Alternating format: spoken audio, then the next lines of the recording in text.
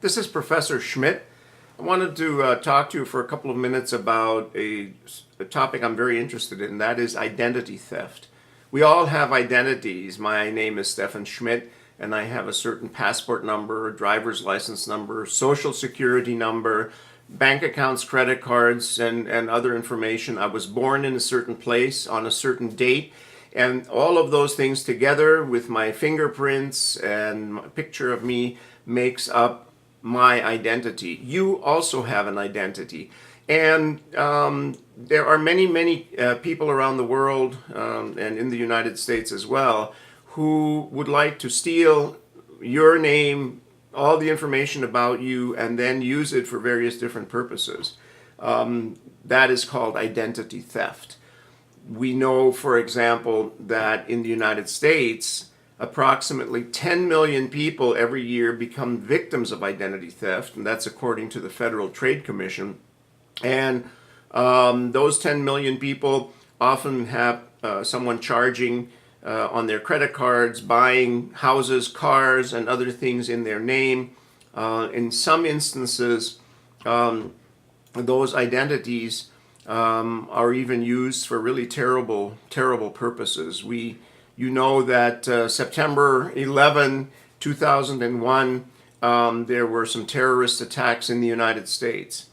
Did you know that the people who committed those crimes on September 11, there were 19 terrorists involved in the World Trade Center and Pentagon and other attacks against the United States, were using many different stolen identities. They had 368 different identities that they used to travel around the world, to live in Germany, to come into the United States, and so on. So identity theft and the misuse of someone's identity can be a very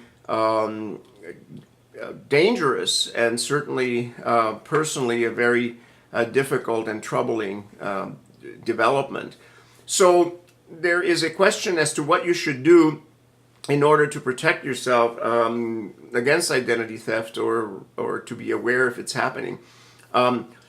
Some companies sell identity theft insurance, and it comes in very many different forms. Some of it is where they will monitor your credit ratings, and if there's strange activity in your credit accounts, that's to say, you know, the United States has 3 different credit agencies that all basically list your credit worthiness, you know, how much money you should be allowed to borrow and what the risks are in lending you money. And if someone else has stolen your identity and is using your credit rating, some insurance for identity theft will monitor those credit agencies and alert you and tell you that there's some strange activity going on. Others cover you for the law suits and the fees that lawyers would charge to recover your identity and to sue people who have stolen your identity. So some of the insurance plans also pay for those lawyers and for the expenses of clearing your name and straightening out your accounts. Some say that it's not worth having that insurance because technically you could do that yourself.